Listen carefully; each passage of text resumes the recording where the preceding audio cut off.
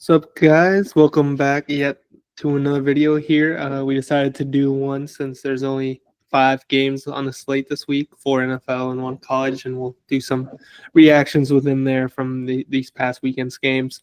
Let's get straight to it. Let's go into the first divisional game. A team that shocked us that won last weekend, Texans versus Chiefs. What are your thoughts on that game? Yeah, I mean, we all know how highly rated I had the Chargers. Boy, did they prove me wrong. The stat for Justin Herbert's year was the 3 interceptions all year. He obviously had 4 this week in a horrendous game.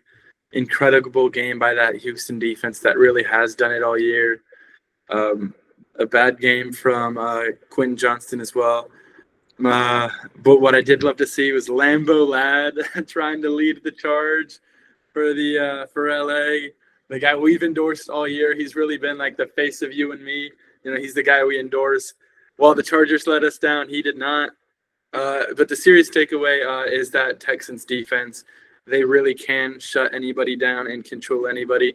That's what I'm going to look forward to this week. I'll get into that a little more later, but great game from that defense. And as long as Stroud and the offense can put some points on the board, obviously if they can do a big play like they hit with Collins last week, I do think they can win any game because of that defense. Yeah. If you look at Herbert's playoff career, you got the choke job against the Jaguars where Trevor Lawrence himself threw 4 interceptions, but he led his team back to a victory, and Herbert and that defense collapsed in the second half of that game. And now here, Herbert and that offense, the defense played pretty well considering all the turnovers the offense did. This one falls more on Herbert for all those interceptions and those receivers, some drop passes here and there. Yeah. Yeah, those are the 2 great playoffs from a quarterback that is very talented. And I will say two of those interceptions, I will give him to Will Dissly. You can't have 2 of them go through your hands and end up in the DBs. Will Dissly, but yeah. Still not a good guy. Like, I'm not defending Herbert here. It was not a good game. It just wasn't. The Will Dissly can't have that happen either. Yeah, I agree, but still, 4 interceptions doesn't happen. Yeah. With a fluke, that Texans defense tried to do their best to carry their offense to some points, and it worked out. Yeah, I think it'll be interesting to see Mahomes this season has been more prone to interceptions, and this Texans defense seems like every time I watch them, they get 2 to 3. We saw them pick off Jared Goff 5 times and 4 now for Herbert. So I think they're a very turnover creating defense, and we'll see. Hopefully Mahomes keeps those turnovers down, but I think that would be the matchup to see. Yeah, that's definitely what I'm looking at too. The other thing I'm looking forward to with them is more on the Kansas side. I want to see how they adapt to a Kansas team that's basically been preparing for them since Christmas Day. Obviously, they didn't know who they were playing, but that's been 24 days of rest where they can really focus on the opponents they were looking at. So they've obviously prepared for Houston, and I think that's going to be very interesting, and Houston's got to be able to counter that. Yeah, we saw Mahomes take some time off, the new baby. We'll see if he's tired from the new baby crying all night. We'll see if that plays a factor into the game. But yeah, I think it'll be a good game. I think it'll be closer than people think, but I do think the Chiefs pull this one out. I just can't bet against Patrick Mahomes, especially against that Texans offense that I struggled a bit, even though I do like their defense creating turnovers. Yeah, I do. I'm going to have to agree there. I'm taking Kansas City and Patrick Mahomes. We'll just say what I said last week was a joke. I don't think the Chargers would have beat them, especially after how they played last week. So I'm going to run with Kansas this week. I'm running with Mahomes, and I'm running with the defense, and mostly Andy Reid, I think, is the mind that makes me most excited, obviously. But I do say it comes down to that Texans defense, and I want to see that game. But I'm betting with Mahomes, as I will basically every time Mahomes is available. But the story this season with the Chiefs, yes, Mahomes had not a great year for his standards, but a decent year. It's been that defense, and this is the first time coming into a playoff run. You're looking at the Chiefs, and you're looking at the defensive side of the ball. So I think that's going to be – obviously, I think Mahomes will step up in the playoffs, and Andy Reid's going to cook up some crazy plays, and Travis Kelce might do some magic out there. But I am looking forward to that defense and see if they can keep the level they had the whole season. Yeah, hopefully they show us that. I know they had some players out. There were still a good amount of starters in there that got dropped on 38 by the Broncos. Yeah, so that's true. that is a concern, but I'm just going to chalk it out right now to the fact that it was the backups. That there were backups in there. There were backups in there. I wouldn't say it was the backups. I'll say there were backups in there. Yeah, but I also agree that I think they might have just wanted an L in that game, so they didn't want to see the potential of the Bengals. It was thrown? Yeah, it was thrown. The Goodell should look into that, but I'm kidding. But moving on straight to that second game on Saturday night, the other 1 seed, we got Detroit versus the Commanders, another shocker. Commanders beating Tampa Bay at night in Tampa. What are your thoughts on this second game?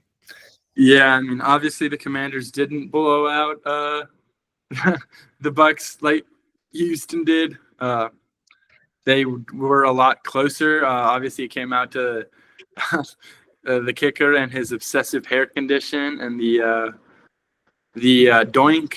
But honestly, Jaden Daniels is very exciting. I think that's obviously the main factor for Washington.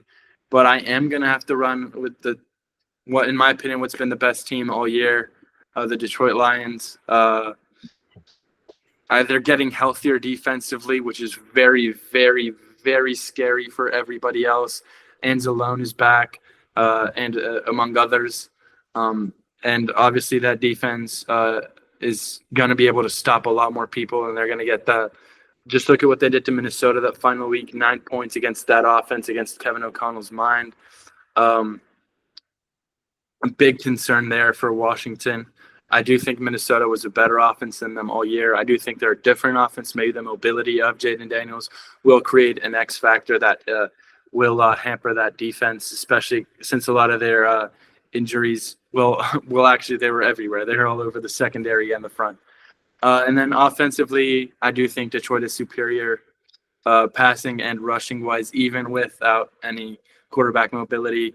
They are getting Montgomery back supposedly, so I do think it's going to be a game that will be controlled by Detroit offensively and defensively, with Washington trying to come back in the end or chasing them the whole way with a couple of Superman attempted moments from Daniels.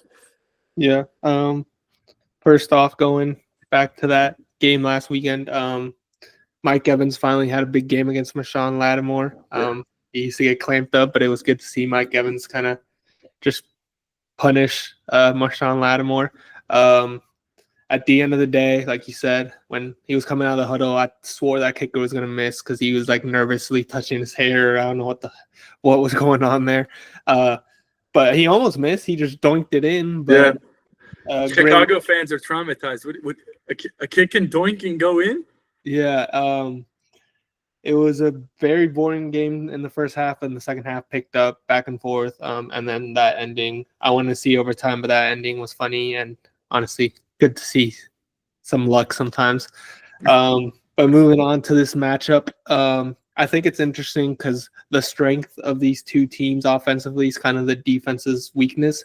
Like for Detroit, their strength is their running. Montgomery's definitely going to be back unless they shut him down for some reason. But those two, Sonic and Knuckles, going against that weak Washington rush defense, even though they played well against Bucky Irving and the Bucks. But the Bucks were down most of the game, so they had to rely more on Baker. And then on the other side of the ball, Jaden Daniels and the inside passing game versus a weak, not necessarily weak, but Detroit struggles with slot receivers. And Zachary is stepping up, and maybe they put McLaurin in the slot. So I think it's really interesting that the both strength of the offense is the weakness of the defense. But like you said, I think just Detroit, besides running the ball, they can pass it with all those weapons they have. And I just think Detroit is a better team, and Jaden Daniels is going to have a great game and try his best, but it won't be enough at the end of the day. I think Detroit might put up 35-plus points. Yeah, I'm going with Detroit, even though I had them losing in the divisional in my bracket, but it was against the Rams. It's different. I had the Chiefs losing against the Chargers. We were trying to have fun. We were trying to keep y'all entertained. Yeah, even though I did pick the Chiefs to win the whole thing, but I was trying to be a little different. Yeah, and I had the Lions going all the way, so we both did it, and we're sticking to the good teams being good. Yeah, I'm still sticking with my Super Bowl matchup. Obviously, things change with the seeding wise and matchups, but my Super Bowl matchup, they're both still in. Yeah, Eagles and Chiefs. Hopefully, they both can clutch up. But yeah, it'll be a good game. I think the spread was what 9.5, something like that. 10 almost. For the Lions, it's 8.5. Yeah, 8.5.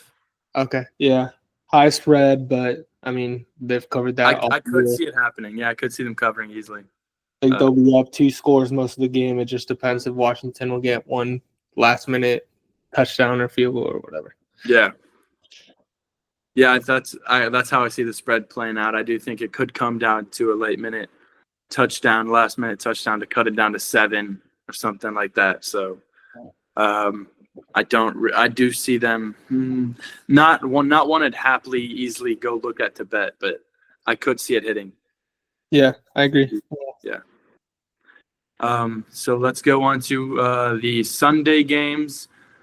Traditional Sunday games. Let's start off with the other NFC game we've been discussing.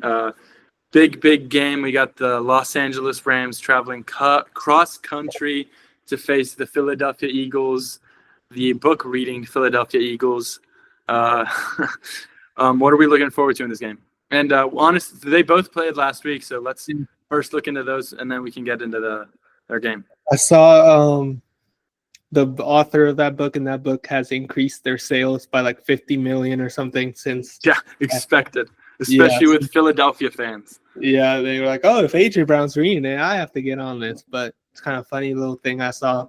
But first, let's move to the Philly game against the Packers.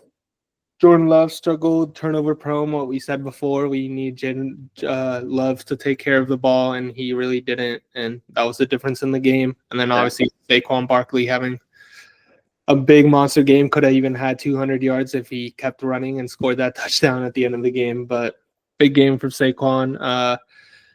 Darius Slay with a big pick that kind of shifted the momentum towards the Eagles, and they kind of kept it the rest of the game, even though the Packers made a little push in the second half. Yeah. And then moving on to the Rams game versus the Vikings, I'll be honest, I watched some of it, not much, but it's kind of the same thing. Darnold not taking care of the ball. The offensive line not being able to block those young D linemen, Jared Verse and those Rams young D line. And they were really getting to Sam Darnold, and he couldn't really sit back and find his weapons. So that was the difference. And if the Rams can get to Jalen Hurts, it'll be an interesting game. But I am going to pick the Eagles to win here. I just think Saquon's going to have another big game. I think, didn't they play early in the year and he had like 220 or something yards? I can check the stats. I'm pretty sure he went off. I'm pretty sure that was the game, but I could be wrong. I think he'll have another big game. I think they'll throw the ball. They'll find A.J. Brown, the new literature guy, A.J. Brown. He'll be more involved in this game. And even though I like Stafford and Puka and Cooper Kupp and those guys, but I just think the Eagles defense has stepped up this year, and I think the Eagles they're too good offensively and defensively to lose this game. Yeah, I mean the stats from you mentioned from a game played November 24th. Jalen Hurts 179 and a touchdown, 39 yards on the ground. Saquon Barkley was the player of the game, 255 yards on the ground, 47 on the air, 2 touchdowns. A.J. Brown also with a decent game, 109 yards and a touchdown. So I lowballed him with the 220. Yeah. Yeah. I will say also the Rams did have a decent game, though. Puka Nacua, 117 yards, and Stafford, 243 and 2 touchdowns. They're going to need more than that this week, obviously. I think Stafford will have a great game no matter what. I think he'll have a great game this week. I'm going to get into with them what I saw last week. I saw that defense was elite. They shut down that Minnesota offense, which was one of my favorites in the league. They couldn't get Jefferson going. They couldn't get Addison going. They couldn't get Hawkinson going. They couldn't get the run game going. That offensive line that had been good struggled. Jared Verse and Braden and Fisk and the entire D-line, Byron Young, they all stepped up. I love seeing that. That secondary was very good as well. I mean, holding that Minnesota team the way they did, I love seeing that. And then my favorite part of that Rams team is Sean McVay's offense and Sean McVay's mind and the way they can get the rush game going with Kyron Williams. I mean, just great stuff. Kevin Dotson, the Steelers tradee, sucked for us, and now he's the top-graded rush blocker for the Rams. So I think they're going to get that going. And then, obviously, Cooper Kupp and Puka Nacua getting the rock from Matthew Stafford is the story of the game and the strategy that they're going to have to target. And the Eagles have to be prepared to stop that. That was what has harmed them in the past. Obviously, they got Quinion Mitchell and Cooper DeJean as their top 2 draft picks, and that's what they're prepared to do. They're prepared to stop the pass game. I think they can do that. But I did not love – they were good. They won. I did not love what I saw from Philadelphia. It was a little more concerning than, say, the Rams' performance. And I am going to pick the Rams to win, mostly because I loved what I saw from them a week ago. And I'm not fully convinced from the Philadelphia Eagles at this point in time. I think they were a little better a couple weeks ago. Specifically, I think they were at their peak when they beat the Rams earlier. And I think the Rams hadn't really gotten going fully yet at that time. So I think they're getting going now. Yeah, it's kind of interesting to see the experienced offensive line of the Eagles with Lane Johnson, Leonard Dickerson, and then the young D-line with Jared Verse on the Rams. And then on the other side of the ball, the young D-backs for the Eagles. And then Puka's second year, but like Cooper Kupp and some experienced guys there. And Puka just seems like he's been in the league for like 10 years, but it's only his second year. Yeah, no, Puka, it's just the way Puka plays. He's so refined, so technical. He plays like a vet. Yeah. He looks like a vet too with that hair. And but it'll be a good game. This is a game besides the Bills and Ravens. So we'll talk about I'm definitely looking forward more to Sunday's games than I will be Saturday. Because it's the 2 seeds going against the better seeds. I mean, if the Rams would have just played their starters that final week, we'd be looking at it would be 2 versus 3 games. Yeah. So I think it'll be a good game, but I am going to pick the Eagles. Got to stick with what. Yeah, I mean, they're your Super Bowl pick. You got to take them. I think Saquon will have a big game, and I think that's the difference. If they can stop Saquon, that's a different story. But obviously we saw they couldn't do it in the regular season, and not many people have been able to stop Saquon. So yeah, no, not many people can. Obviously, the rush game of the Vikings is completely different than the one of the Eagles. So it'll definitely be a whole different challenge for that Rams defense. I do think as long as you can hold him to maybe 100, 120 yards, that's a good day for the Rams. And if you get your receivers going and your rushing going, I think that's where it comes down to. Kind of off topic. Oh, not off topic, but just quick question. Do you think the Vikings just stick with Sam Darnold for next year? Or I do. To me, the thing with McCarthy was always that he was raw. He needed to sit. I wouldn't give him if he's asking what he would have asked 3 weeks ago, the $40 million offer. I'd say I'm sorry, we have to let you go. But I do think they could come to a $30 million compromise for 1 to 2 years.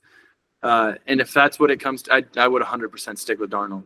You got to let McCarthy sit. I do think McCarthy is your QB of the future, but you got to give him time. Yeah, I completely agree with that. It depends on the price Darnold's asking, but if it's reasonable, they should stick with him. Let McCarthy learn. Don't trade McCarthy. I've seen a lot of people say to trade him. A lot of people saying trade him. I think that's a horrible idea. And if Darnold keeps doing this for the next 2 years, then maybe look to trade McCarthy. But right now, I think I would just see, because that way, if Darnold doesn't pan out like he did this season, then you can turn to McCarthy. Maybe Daniel Jones. Maybe they stick with him too. I'd stick with all 3 QBs, to be honest. I don't think Daniel Jones will be that expensive. And JJ McCarthy's already locked in.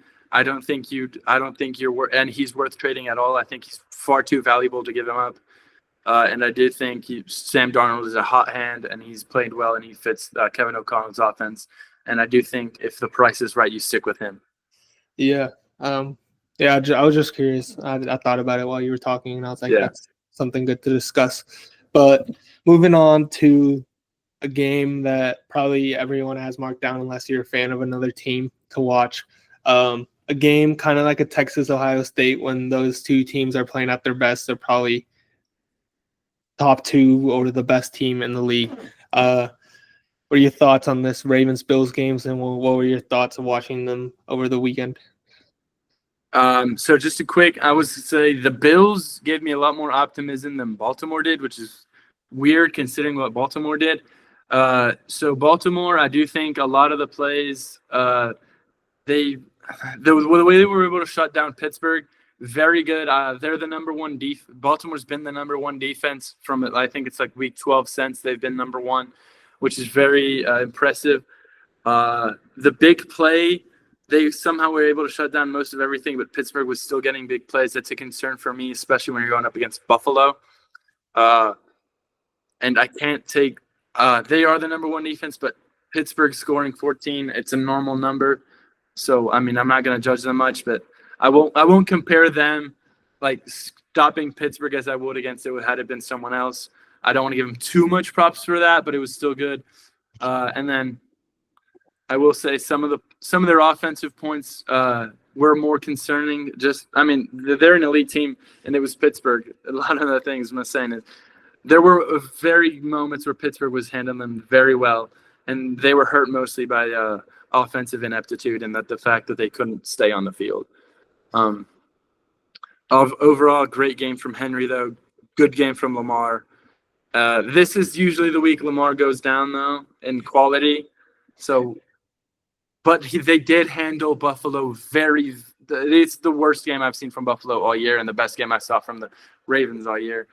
And then from Buffalo, a very solid game. They got scared early on the big play by Denver. And they got punched in the mouth early, and they said no, and then punched and started punching and gave every hit and didn't take a single one the rest of the game.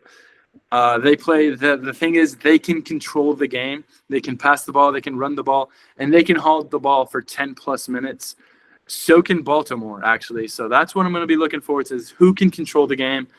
For me, I'm going to end up going with Buffalo. I think the home field advantage does help, especially in a place like Buffalo. They're going to be loud. It's going to be cold. Not something I really fear for Baltimore. I think they can be really well accustomed to the cold. I'm looking forward to that. I do think I'm going to go Buffalo in this game. Yeah, kind of agree with a lot of points you made over the last weekend's games.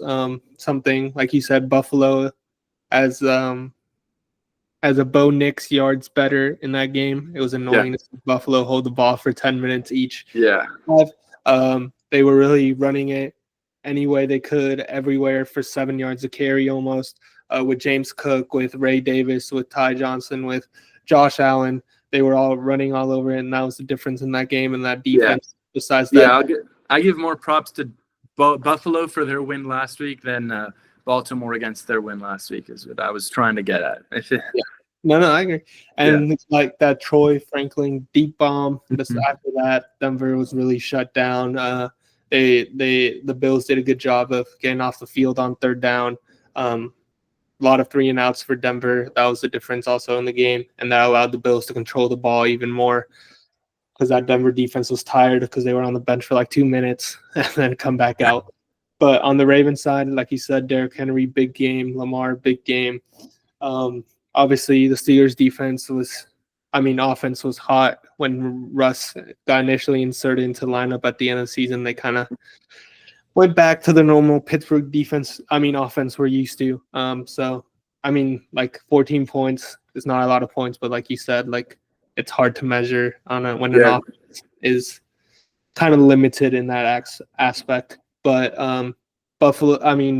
Ravens early in the season, their defense, we were laughing at how bad their pass defense is. Now they're probably number one. They're number one since I think it's week 11 or 12. They've been number one. Yeah, something, I don't know what clicked in the office, but something did. And they always had an elite rush defense. So I think it's going to be a great game. Looking forward to it a lot. But like you said, I am going to go with the Bills. I just think both teams are going to try to keep the ball, but I just think Buffalo I trust Josh Allen more than I do Lamar in the playoffs, even though Josh Allen has fallen short sometimes, but he's had great games. When Lamar falls short, he has bad games. So I do trust Josh Allen a little bit more. So I am going to go with the Bills in a close game, high-scoring game. But I'm just excited to watch it as a fan, to be honest. Yeah, me too. I mean, and the Bills were my pick in the AFC for the Super Bowl when we did the bracket a week ago. So I'm going to stick with them again this week. And I'm going to take them to face Mahomes in the AFC Championship once again. Yeah, we'll get more into that, whether it's Baltimore or Pittsburgh. I mean, Buffalo facing them. But as you should. You always back your picks if they're still alive. Yeah. But speaking of two great picks, I picked the exact national championship back before the 12-team playoff started. Really proud of myself for that. It wasn't like a basic one. I feel like maybe the Ohio State side might have been a bit basic, but they had to go through Tennessee, through Oregon, through Texas. So that was an easy route for me to pick for them. And then Notre Dame, I mean, a lot of people thought Georgia was going to beat them, but I saw something in them boys.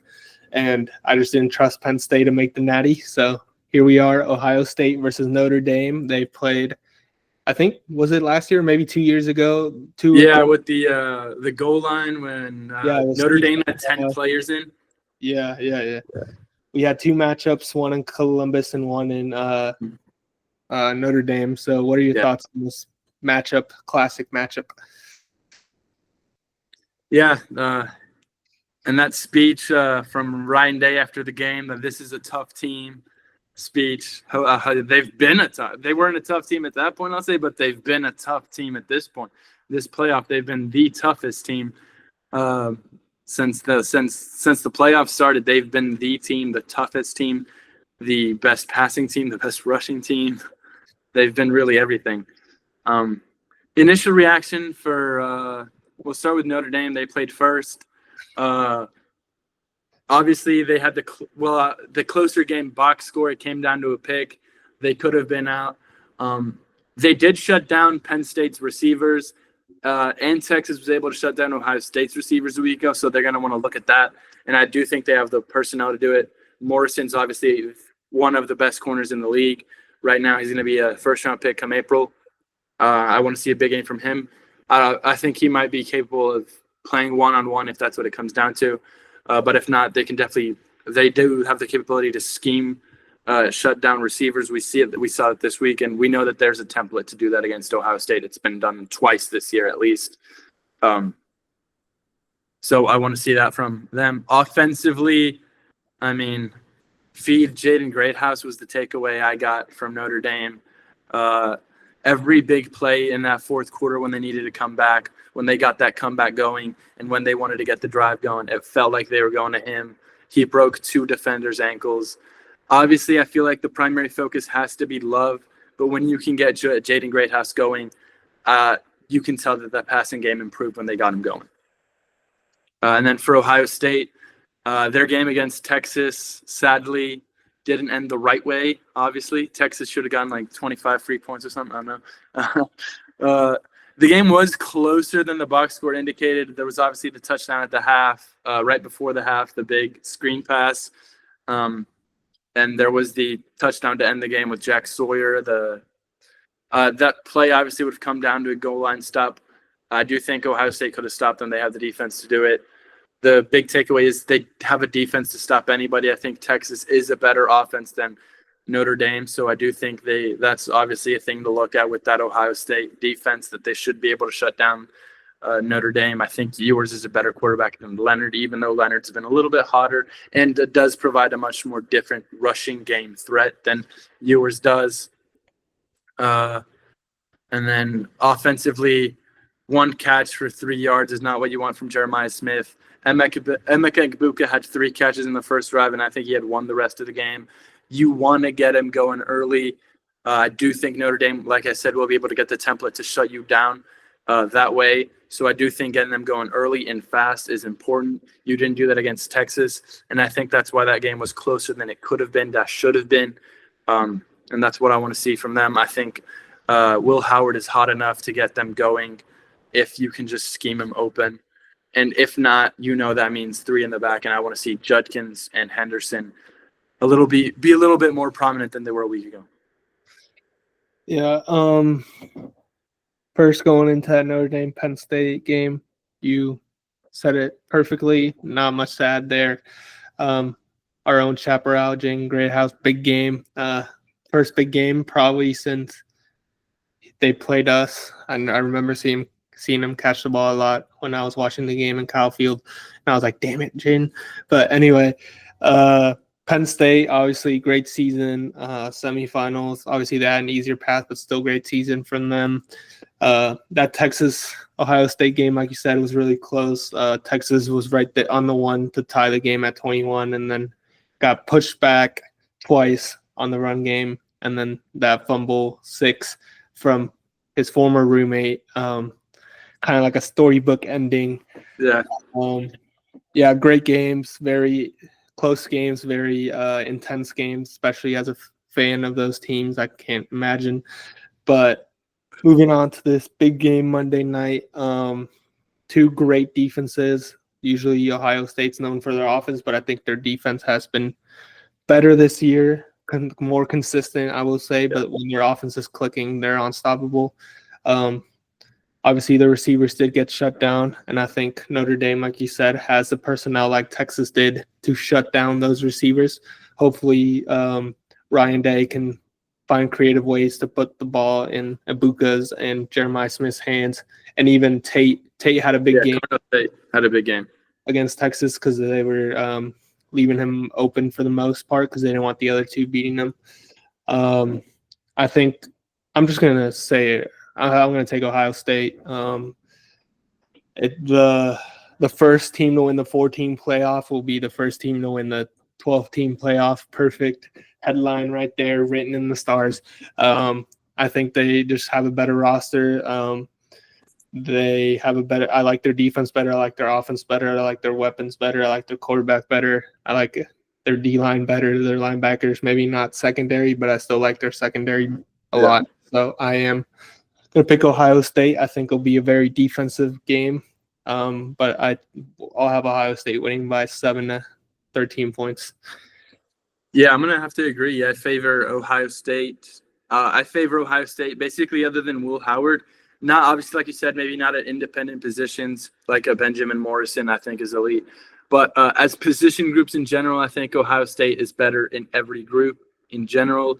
Other than quarterback, I do think there's a very real debate between Leonard and Howard right now, who are actually roommates. I like Leonard's running ability better, but I don't know. I think as a passer, I like Will Howard slightly better. Yeah, well, they were roommates at the Manning Passing Academy, so the roommate story continues. And then overall, I do think Ohio State is just better in every way. I do think the game is flirting with that 8.5 line again. I think it could be between 7 to 10 point win for Ohio State. Yep. Cap off the great season. Very great games every week, almost. Those 2 super conferences, but a Big Ten team might get it done here. Or maybe an independent, no conference team. No conference. But I mean, that is two years in a row, no SEC in the championship. Yeah. Hey, they'll be back. Hey, a question. Who do you think Michigan's rooting for? Ohio State because they beat Ohio State? It's like, dang, even in your championship year, we still beat you? Or Notre Dame because, like, they're Ohio State and we hate you? I don't know. I don't know how Michigan fans think sometimes. I might say Ohio State so they can say what you said. Yeah. I've seen a lot of Twitter posts about that, especially from Dave Portnoy. Sorry, excuse me. But yeah, I'm gonna pick Ohio State. I picked them before the tournament started, so I'm gonna stick with it. But it's looking good the way they've looked all 3 games in the playoffs. So, but moving on to our best bets here quickly. You can start us off if you want. I'll start us off. I said it earlier. I have the Rams winning straight out. I like them a lot as a team, but thankfully Vegas is being nice to me, and I can just take Rams +6. Even if they lose, I think the 6 is very, very, very safe. I don't think they lose by a touchdown at all. I think they win straight up. I've said it. But even if they're down late, the passing game of Puka Nacua and Cooper Kupp, I think, can't keep him close enough at all moments. And then my other best bet is the Bills plus 2.5. Sorry, like I said earlier, that's another underdog I have winning in my heart, and I do think, in my gut of guts, I think they win, and analytically, I think they win as well. So I'm taking the Bills there. And again, you obviously have the points. They could lose by 1 or 2, and this still hit. So those are my best bets for the week. Perfect. I'll double up on that Bills, but I'll take them on the money line. I want that plus money. I want y'all to win big here. Get that plus money. I think the Bills will win this game, like the reasons we mentioned before. So I'm going to take those little plus money, and maybe we can get some bonus for the Bills winning. They're at home. I'm going to back an underdog at home in the playoffs when I think they're the better team, to be honest. And then moving on, I got the Texans plus 8.5. I do think the Chiefs are going to win this game, but I think the Chiefs have struggled to cover spreads this year sometimes, even though it is the playoffs and they turn it on every year. I still think the Texans keep it somewhat interesting, keep it within 5 to 8 points. So I will take those 8.5 with the Texans.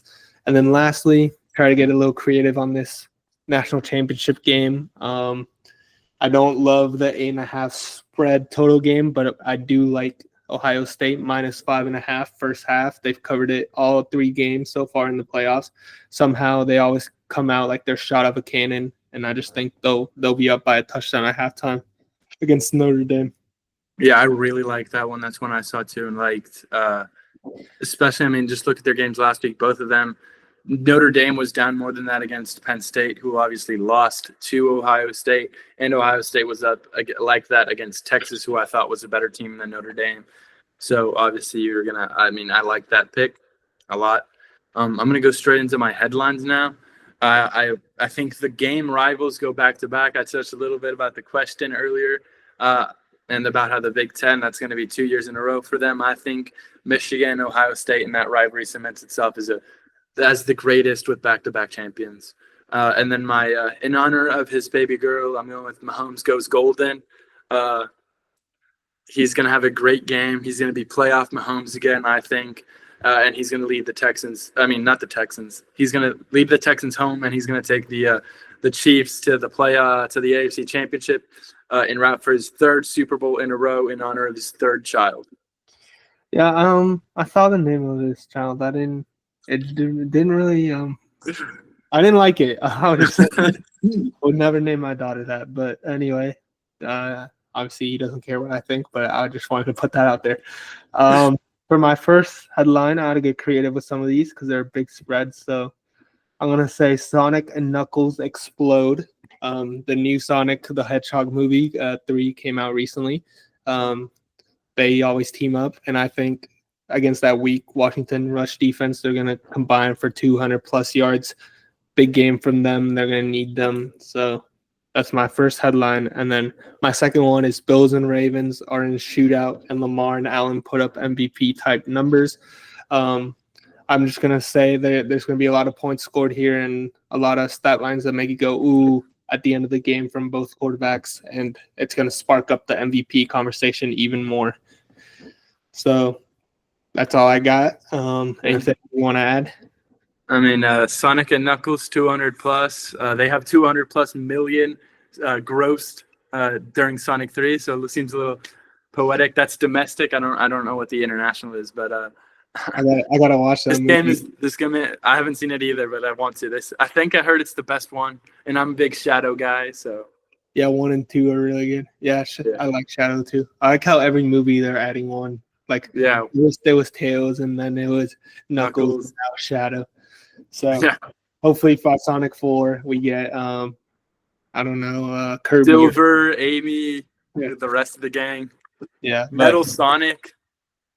Metal Sonic. I love Metal Sonic. Anyway, thanks y'all for watching. Drop in the comments who your favorite one is, Sonic, Knuckles, or Shadows. I'm curious. Thanks for watching. Enjoy these playoff football and the national championship.